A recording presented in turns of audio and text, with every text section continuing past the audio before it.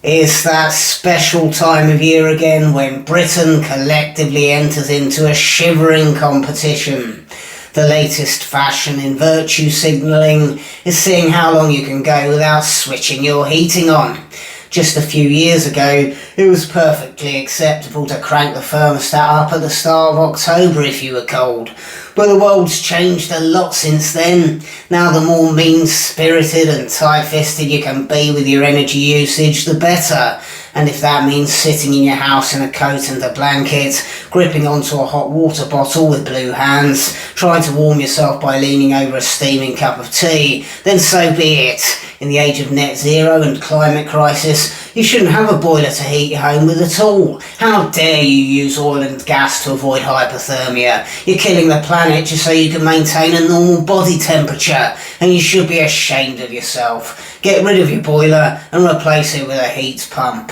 By all accounts, they're not fit for purpose, but the upside is that it is something tangible you can switch on and at least pretend you're not freezing. And as you sit there rocking back and forth with the cold, seeing your own breath billow out in front of you, imagine David Attenborough's there with you, giving you a pat on the head and saying, "Well done for saving the polar bears." And imagine how virtuous you'll feel telling everyone you meet you've got a heat pump. Almost as self-righteous as you felt when you could tell everyone you'd traded in your petrol car for an electric Nissan Leaf. And of course you've been vegan for a few years now, so you're not helping destroy the planet with cow farts either. Well done you. Obviously all the veganism has left you with the bone density of a sick sparrow, but it's a price worth paying. You're terribly virtuous, terribly environmentally conscious. Any day now you'll be embraced by the woke cultural establishment. It can't be long now before you get your woke membership card through the post. You'll probably get invited to some crystal healing workshop in Brighton or something. Congratulations. What a vital contribution you're making. What a gift you are to civilization.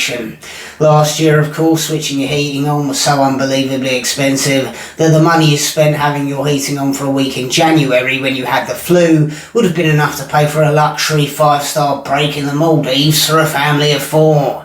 Nobody has the faintest idea what we're all supposed to be paying this year. Are we still going to have our pockets empty because of some dubious war in Ukraine that has nothing to do with us?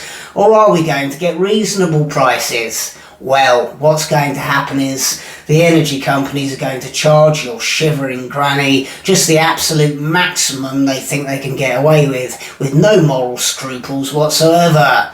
Welcome to Britain.